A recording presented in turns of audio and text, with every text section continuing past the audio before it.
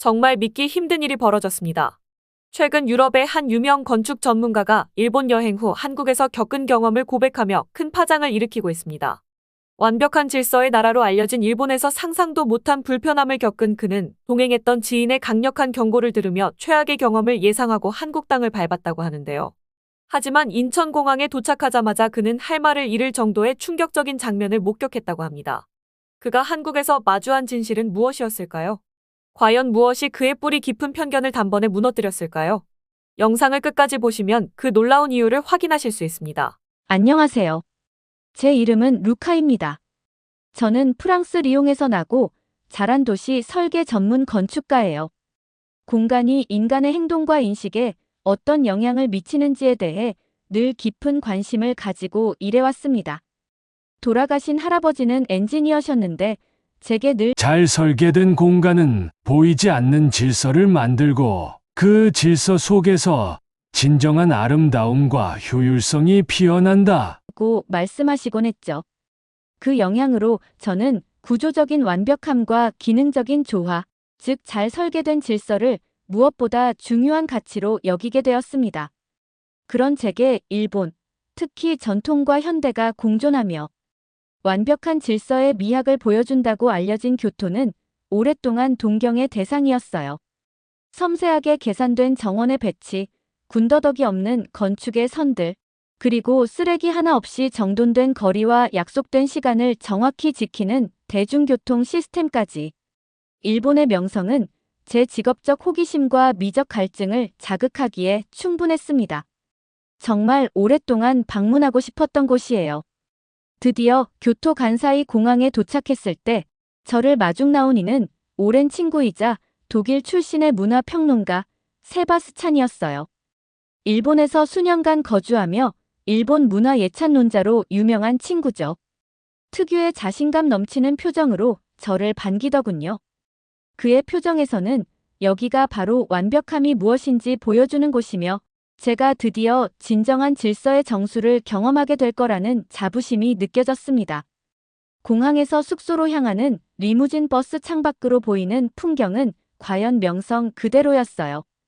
깔끔하게 정돈된 도로, 정해진 차선을 벗어나지 않는 차량들, 횡단보도 앞에서 조용히 신호를 기다리는 사람들.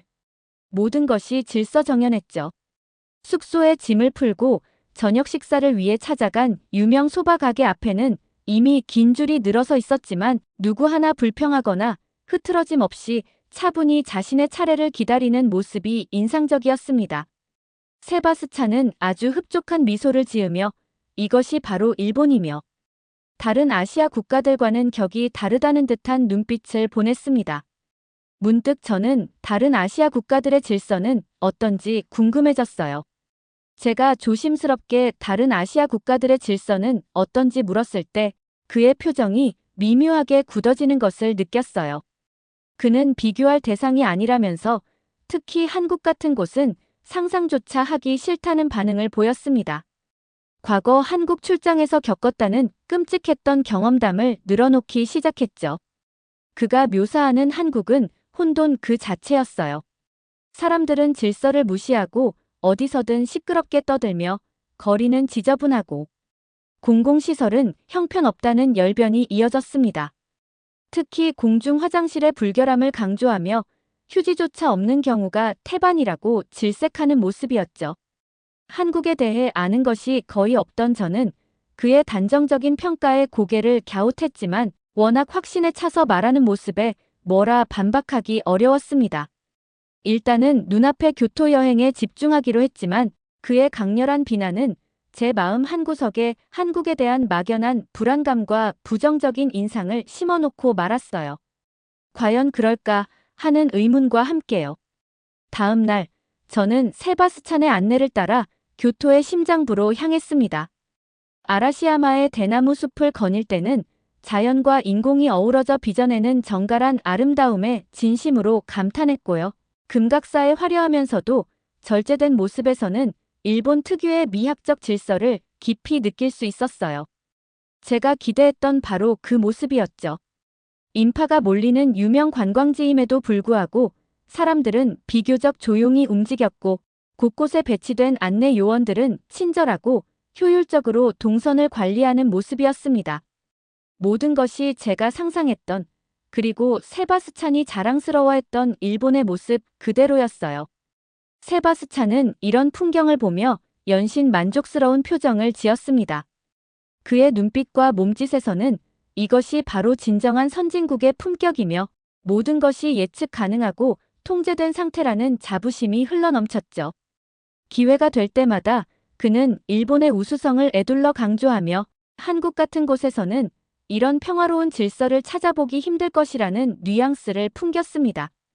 그의 반복되는 비교가 조금씩 제 신경을 건드리기 시작했지만 일단은 눈앞의 아름다움에 집중하려고 애썼어요. 점심 식사를 위해 유명하다는 전통 식당에 들렀을 때 저는 잠시 화장실을 이용해야 했습니다. 복도를 따라 안쪽으로 깊숙이 들어간 곳에 위치한 화장실 표지판을 발견하고 안으로 들어섰죠. 그런데 그 순간 저는 예상치 못한 불편함과 마주해야 했습니다. 화장실 내부는 여러 개의 칸으로 나뉘어 있었지만 어느 칸이 비어 있고 어느 칸이 사용 중인지 외부에서 전혀 알 수 있는 방법이 없었어요. 각 칸의 문에는 아무런 표시 장치가 없었고 사람들은 빈 칸을 찾기 위해 일일이 문을 조금씩 열어보거나 노크를 해야만 했습니다. 심지어 입구와 출구가 명확히 구분되지 않아 좁은 공간에서 들어오려는 사람과 나가려는 사람이 엉키는 모습도 보였고요. 전통적인 미를 살린 목조 디자인은 보기에는 좋았으나 기능적인 측면에서는 명백히 비효율적이었습니다. 세바스찬 역시 이런 상황이 익숙한 듯 애써 태어난 척했지만 그의 표정에는 미묘한 당혹감이 스쳐 지나가는 것을 저는 놓치지 않았어요. 한 외국인 관광객은 문을 열었다가 안에 사람이 있는 것을 보고 황급히 사과하며 물러섰고 또 다른 사람은 몇 번이나 문을 두드린 끝에 겨우 빈칸을 찾아 들어가는 모습도 보였습니다. 기다리는 사람들 사이에는 멋쩍은 침묵과 불편한 기색이 감돌았죠. 저는 운 좋게 빈칸을 찾아 용무를 마쳤지만 나오면서도 혹시 누군가 들어오려고 문을 열지 않을까 신경을 곤두세워야만 했습니다. 세바스찬은 오래된 건물이니 그럴 수 있다며 대수롭지 않게 넘기려는 태도를 보였지만 저는 질서란 단순히 겉모습의 정갈함뿐만 아니라 사용자의 편의를 고려한 실용적인 기능성 또한 포함되어야 한다는 생각을 떨칠 수가 없었어요. 그리고 그는 또다시 한국 화장실에 비하면 이곳은 천국이라는 식의 말을 덧붙이는 것을 잊지 않았죠. 그곳은 위생 상태부터 기본이 안 되어 있을 거라는 단언과 함께요. 그의 끈질긴 한국 비난 속에서 저는 처음으로 일본의 완벽한 질서라는 신화의 작은 균열을 느끼기 시작했습니다. 뭔가 이상하다는 생각이 들기 시작한 거죠. 교토에서의 셋째 날, 저는 일본의 질서에 대한 의문을 좀 더 깊이 품게 되었습니다.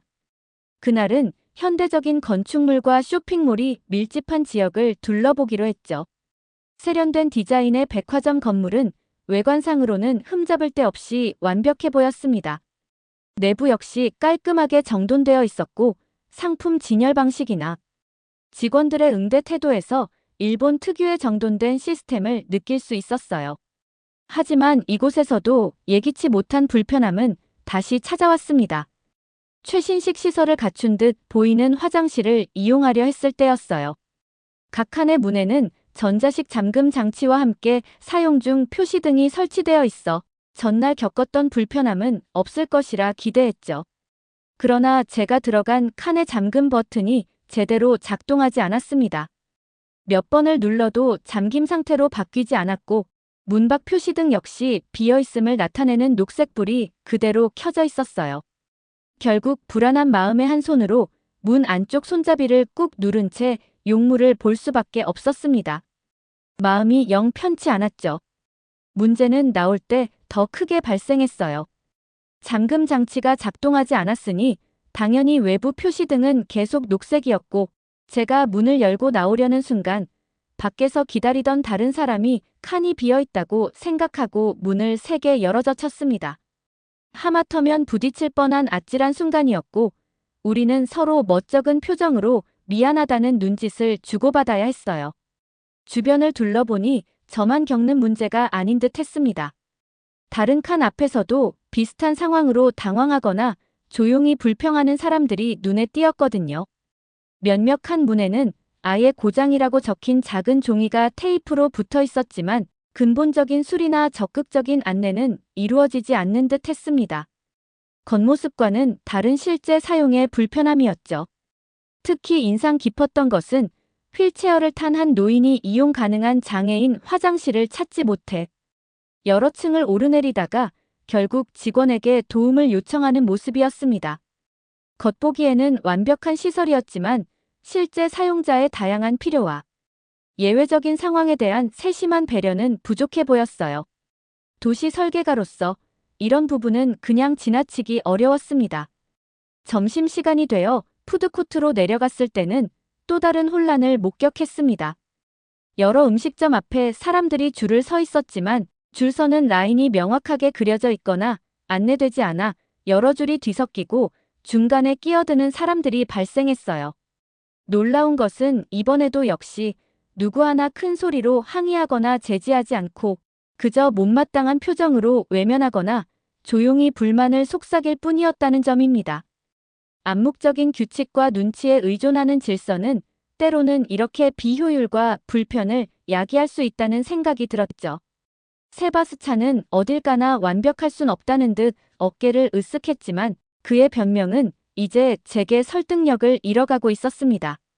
그가 그토록 칭송하는 일본의 질서가 과연 실용적이고 모두에게 공평한 것인지 아니면 그저 보여주기 위한 형식적인 틀에 불과한 것은 아닌지 의문이 들기 시작했어요.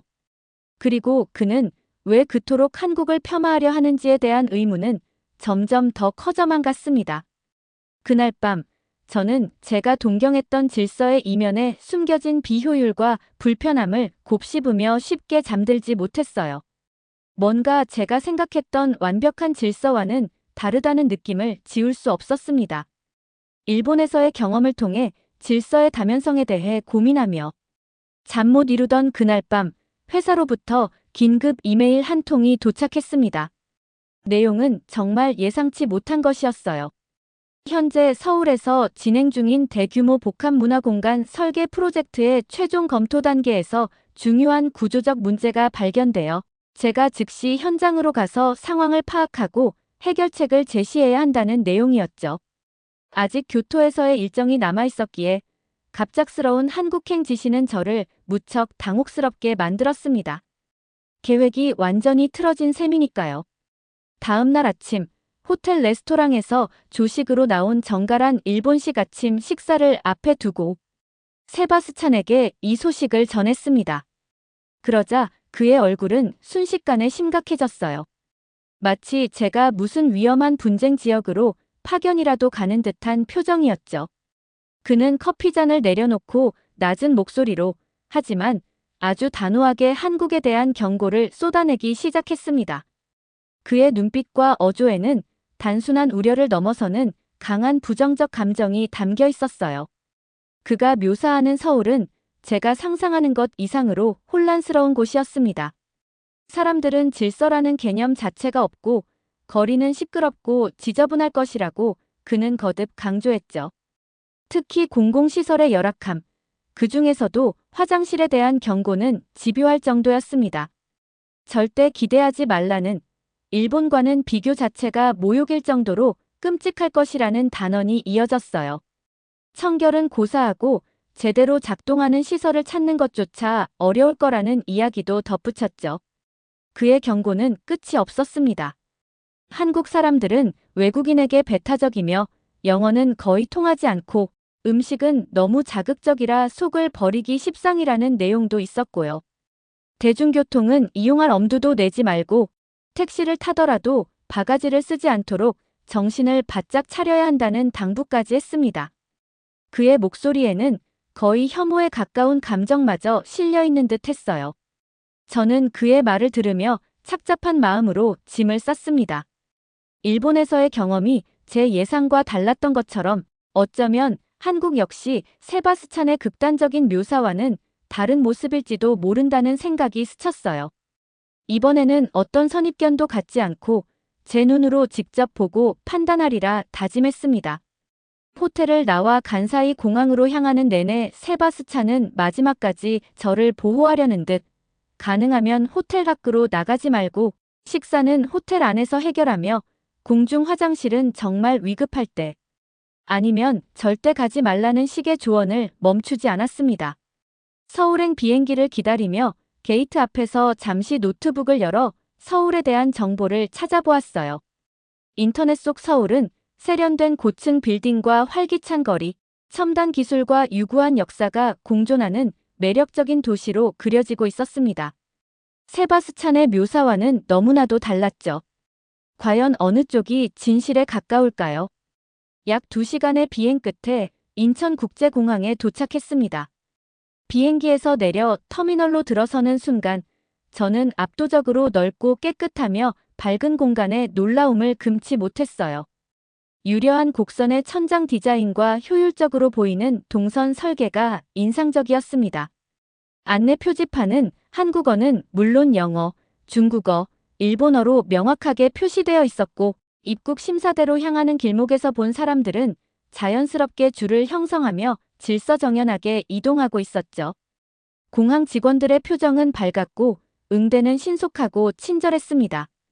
세바스찬이 그토록 강조했던 혼란과 무질서는 어디에도 찾아볼 수 없었어요. 오히려 제가 경험했던 어떤 유럽의 공항보다 더 효율적이고 쾌적하다는 인상을 받았습니다.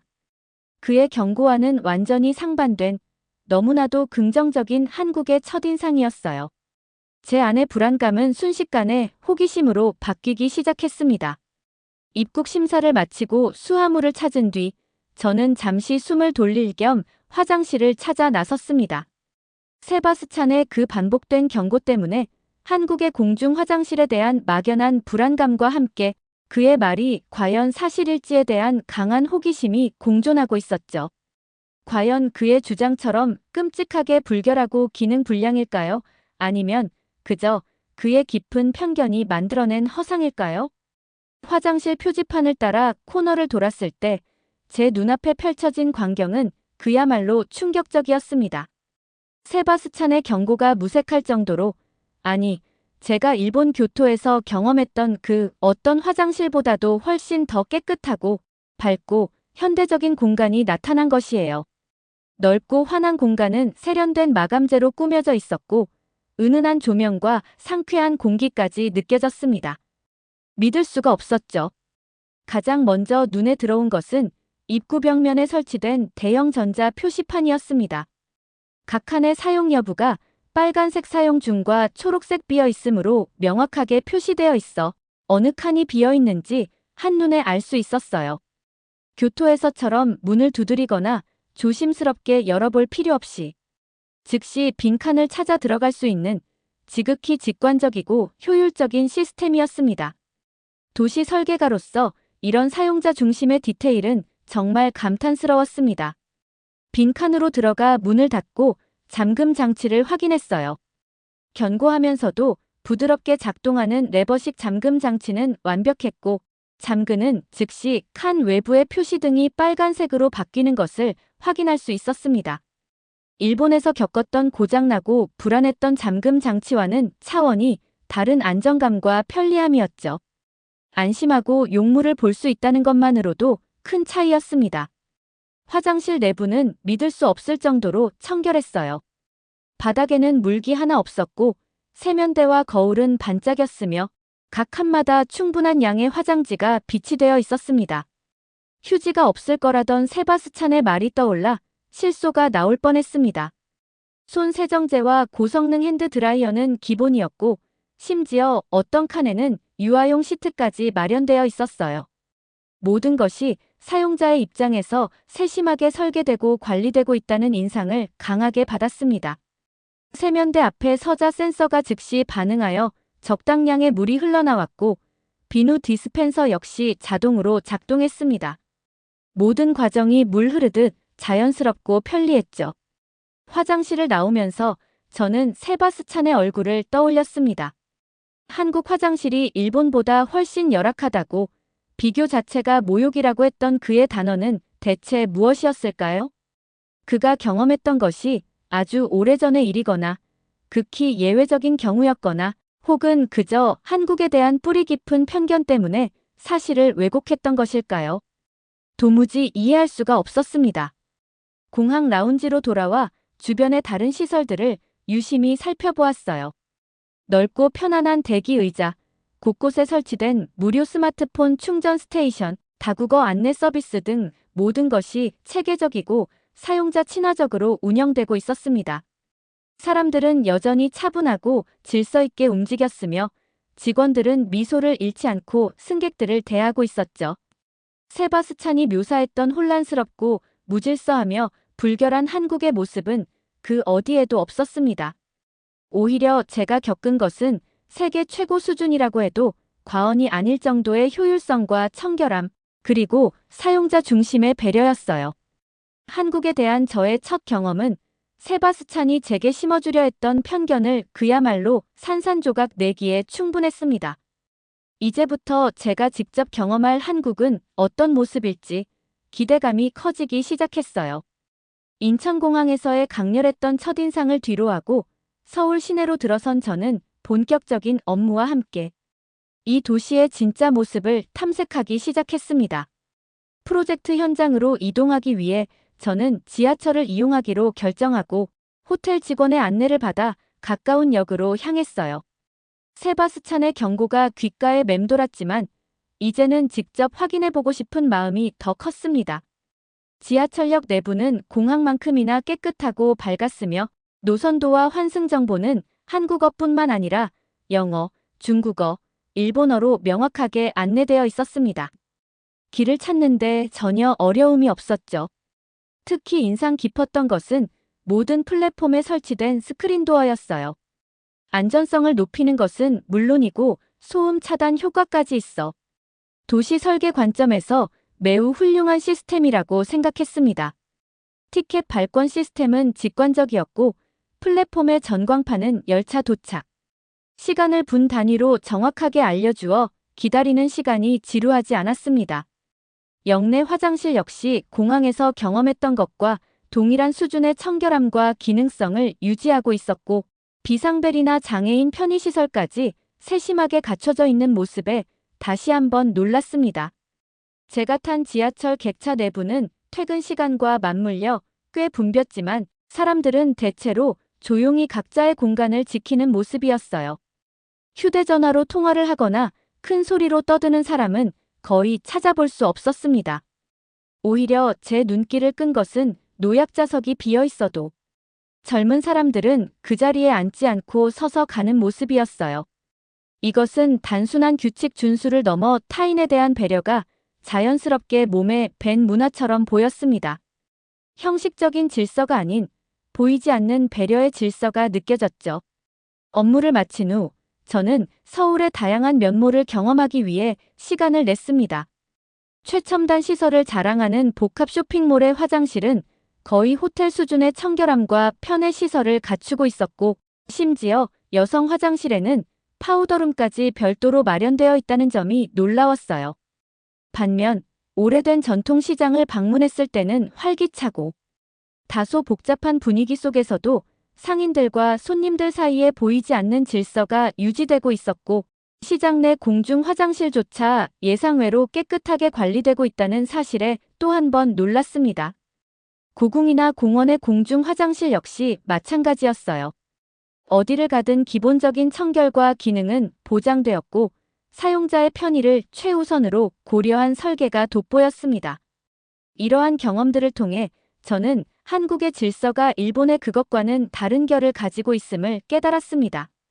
일본의 질서가 완벽하게 통제된 외형적 정돈과 규칙 준수에 중점을 둔다면 한국의 질서는 실용성과 효율성, 그리고 상황에 따른 유연성과 타인에 대한 배려를 바탕으로 형성되는 보다 인간적이고 역동적인 질서처럼 느껴졌어요. 특히 공공 화장실은 이러한 차이를 가장 명확하게 보여주는 상징적인 공간이었습니다. 한국에서의 셋째 날, 저는 호텔방에서 세바스찬에게 영상 통화를 걸었습니다. 그리고 제가 직접 경험하고 있는 한국의 모습을 보여주었죠. 깨끗하고 현대적인 지하철역 화장실 내부, 스크린도어가 설치된 플랫폼, 질서정연하게 버스를 기다리는 사람들, 그리고 활기차면서도 정돈된 거리 풍경까지. 처음에는 믿을 수 없다는 표정으로 화면을 보던 세바스찬은 점차 말이 없어졌고 그의 얼굴에는 당혹감과 혼란스러움이 역력했습니다. 그의 표정 변화만으로도 그가 얼마나 자신의 편견에 사로잡혀 있었는지, 오래전 단 한 번의 불쾌한 경험을 일반화시켜 한국 전체를 오해했음을 깨닫고 있다는 것을 알 수 있었어요. 며칠 후 세바스찬은 직접 확인하겠다며 예정에 없던 서울행 비행기에 몸을 실었습니다. 저와 함께 서울 곳곳을 둘러본 그는 자신이 가졌던 편견이 얼마나 어리석었는지 연신 고개를 저었죠. 특히 공항과 지하철, 백화점 등 공공시설의 높은 수준과 사용자 중심 설계에 감탄하며 진정한 의미의 질서와 선진국의 모습에 대해 다시 생각하게 되었다는 속내를 비쳤습니다. 마지막 날 밤, 남산타워에 올라 서울의 화려한 야경을 내려다보며 그는 자신의 편협했던 시각을 진심으로 반성하는 듯 보였습니다. 저는 이번 여정을 통해 겉으로 보이는 형식적인 질서보다 실용성과 배려에서 비롯되는 진정한 질서의 가치를 깨달았습니다. 프랑스로 돌아가는 비행기 안에서 저는 선입견 없이 세상을 직접 경험하는 것의 중요성과 한국이라는 나라가 제게 가르쳐준 사람을 향하는 질서에 대한 깊은 인상을 오랫동안 간직하게 될 것임을 예감했습니다. 한국은 저에게 진정한 발전이란 외형적 과시가 아닌 그 사회 구성원 모두를 위한 실질적인 편의와 배려에 있다는 값진 교훈을 준 배움의 장이었어요. 여러분, 오늘 우리는 질서를 동경했던 프랑스 건축가 루카 씨의 특별한 여정을 함께 따라가 보았어요. 완벽한 질서의 나라라고 믿었던 일본에서 예상치 못한 불편함을 겪고 부정적인 편견을 안고 찾았던 한국에서는 오히려 사용자 중심의 놀라운 편리함과 실용적인 질서, 특히 공중 화장실의 청결함과 기능성에 깊은 감명을 받았죠. 겉모습이나 선입견이 전부가 아니라는 것을 루카 씨의 경험을 통해 다시 한번 깨닫게 되는 것 같아요. 저 역시 이 이야기를 편집하면서 우리가 무심코 지나쳤던 일상의 편리함과 보이지 않는 곳에서의 배려가 얼마나 소중한지 느낄 수 있었답니다. 오늘 이야기에 귀 기울여 주시고 공감해 주신 모든 분께 진심으로 감사드려요. 앞으로도 저희 채널은 이렇게 마음을 울리는 이야기들을 가지고 찾아뵙겠습니다. 다음 영상도 기대해 주시고 구독과 좋아요, 알림 설정으로 꾸준한 관심과 응원 부탁드릴게요. 여러분의 참여 하나하나가 저희에게는 정말 큰 힘이 된답니다. 감사합니다.